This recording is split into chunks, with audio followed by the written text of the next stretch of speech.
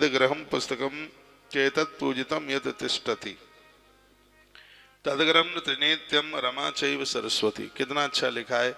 जिस घर में प्रत्येक दिन श्रीमद् देवी भागवत ग्रंथ की पूजा होती है, माँ लक्ष्मी, माँ सरस्वती और माँ दुर्गा, ये तीनों देवियां उस घर को कभी त्याजित नहीं करती, उस घर को कभी छोड़ करके नहीं जाती।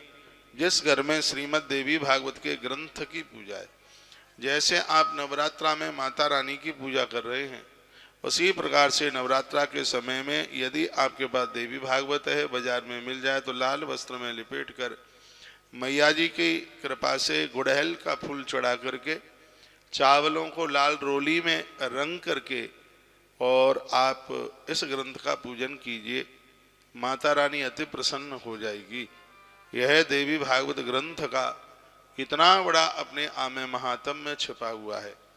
इस कथा के माध्यम से हम प्रत्येक दिन कम से कम एक शक्तिपीठ की कथा आपको रोजाना सुनाएंगे। 51 शक्तिपीठ हैं। 51 शक्तिपीठ के लिए 51 दिन भी मिले तो भी कम है, क्योंकि माई की महिमा ही अपने आप में इतनी अद्भुत है। ऐसे ऐसे दरबार हैं जहाँ सदियों से ज्योतें जल रही हैं, जिसमें घी तेल डालने की जरूरत नहीं पड़ रही है। ऐसी ऐसी शक्तिपीठ हैं जहाँ माता ने प्रसन्न होकर के कालिदास को कहा था, रात भर में जितनी किताबें तू कुरेद ले वो सब तुझे कंठस्थ हो जाएंगी।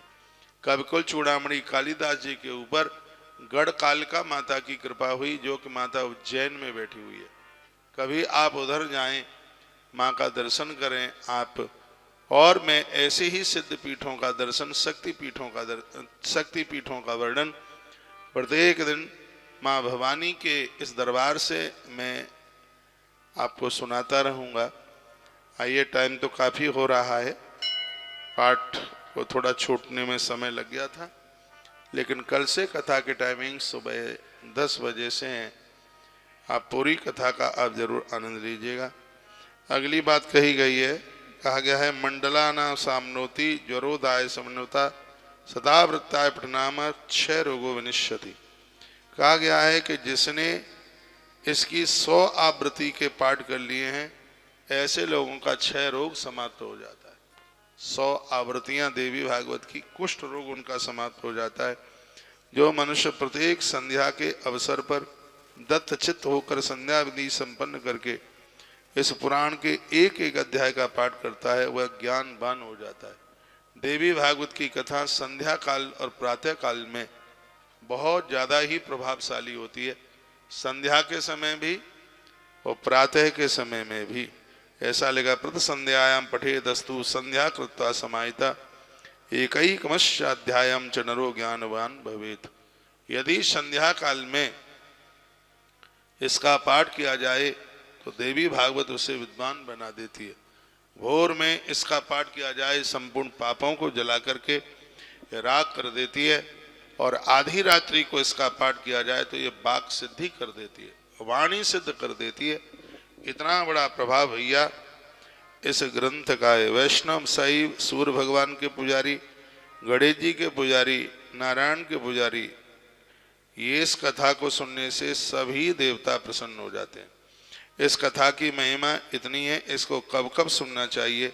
चैत्र के महीने में सुनना चाहिए, आषाढ़ के महीने में सुनना चाहिए, आश्विन यानी क्वार के महीने में सुनना चाहिए, और माघ के महीने में, यानी चारों नवरात्राओं में इस कथा को सुनने से नवरात्रा का व्रत करने की महिमा बहुत ज़्यादा बढ़ जाती है। ये पॉइंट बिल्कुल लिखने के लायक है। जो नवरात्रा के व्रत में यदि देवी भागवत की कथा सुनता है तो उसकी एक नवरात्रा सीधे 100 नवरात्रा के बराबर हो जाती है। ये इसमें वर्णन किया गया है। यह बात बहुत अद्भुत है। एक बार फिर इस बात को मैं रिपीट करूंगा। जो नवरात्रा के समय में श्रीमद् देवी भागवत की कथा सुनते हैं, वर्णन किया है कि उनका पठितव्यम प्रतिदिन नवरात्रा चतुष्टय शतम बारम। आहा, 100 बार आपने समझ लो ये अपना व्रत पूरा कर लिया। इसकी इतनी बड़ी महिमा। आप अपने कार्य में कितने भी व्यस्त क्यों न हो, भले ही आप थोड़ी देर के लिए सुन पाएं। यदि आप नवरात्रा का व्रत कर रहे हैं, अनुष्ठान में बैठे हैं, तो आप श्रीमद् देवी भागवत को आप जरूर सुनिए।